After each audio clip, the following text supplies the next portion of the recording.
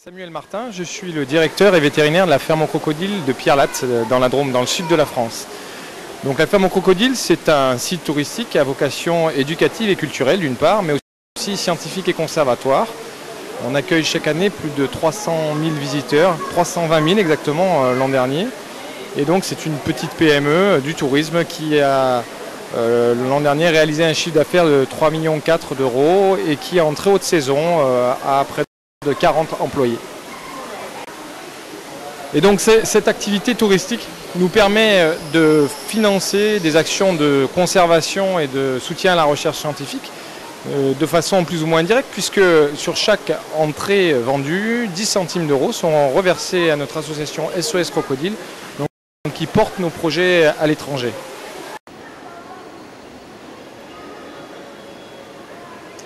Alors on se trouve ici dans la serre de la ferme aux crocodiles. C'est quoi la ferme aux crocodiles? C'est 8000 m² de serre tropicale dans laquelle sont présentés plus de 350 crocodiles qui représentent 9 des 23 espèces qui existent dans le monde. Pour présenter ces 9 espèces, on a choisi les plus remarquables, que ce soit en termes de conservation, en termes de particularités morphologiques. Donc c'est ici le seul endroit en Europe où sont rassemblés des espèces comme le caïman noir, qu'on rencontre un peu partout en Amérique du Sud, comme le gavial du Gange ou encore comme le faux gavial de Malaisie. Voilà, on se trouve ici dans la nurserie de la ferme aux crocodiles.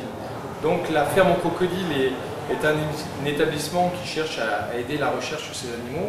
Et de ce fait, on a toute une salle avec des incubateurs, on a un laboratoire où viennent travailler les scientifiques. Et on a bien entendu une nurserie dans laquelle on élève nos jeunes qui seront destinés à d'autres parcs zoologiques.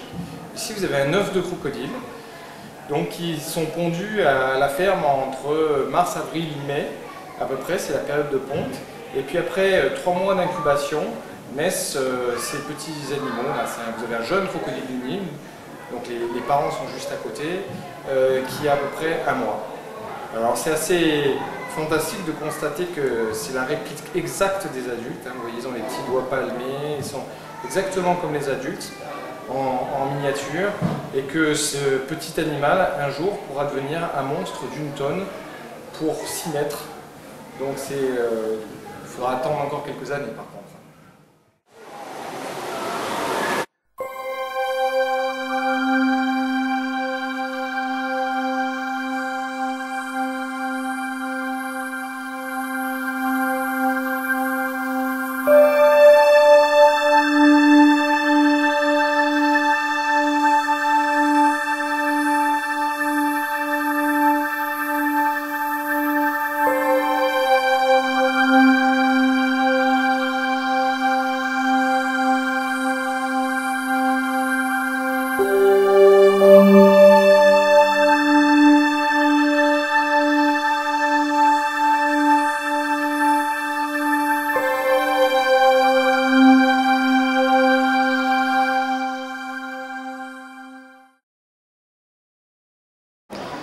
Donc ces tortues ont une importance particulière cette année, puisqu'on fête le bicentenaire de la naissance de Charles Darwin et les 150 ans de la publication de son célèbre ouvrage sur l'origine de l'évolution des espèces.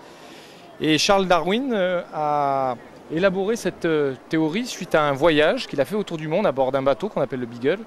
Et une des étapes clés dans ce voyage, qui lui a permis un petit peu faire des observations qui lui ont permis d'élaborer ces concepts, s'est déroulé au Galapagos, à tel point que vous avez au Galapagos une station de recherche qui lui est dédiée, puisque c'est une station dédiée à la conservation de cet archipel très particulier, qui s'appelle la station Charles Darwin. Alors voici un crocodile très particulier, c'est le gavial du Gange, qui a un museau donc très fin, une morphologie hors du commun pour un crocodile. C'est un animal qui est taillé pour la chasse, plus exactement la pêche aux poissons. Une autre particularité qu'on ne pourra pas voir ici, mais c'est que les mâles matures ont au bout du nez une patate cartilagineuse. Là-bas, vous avez un jeune mâle qui commence dont le gara va commencer à se développer. Et donc ce gara, qui veut dire peau en hindi, cette boule, qui va apparaître lorsqu'il sera mature, et a donné son nom à cet animal qui était en indien, on appelait le gharial, qui est devenu ensuite Gavialis gangeticus. Donc c'est une espèce extrêmement rare. On estime qu'il n'y a plus que 200 individus reproducteurs dans le monde à l'heure actuelle. Et les populations sont regroupées en Inde, au Népal, probablement un petit peu au Bhoutan et un petit peu au Bangladesh, alors qu'il y en avait encore il n'y a pas si longtemps comme ça, plus largement en Inde, mais aussi au Pakistan.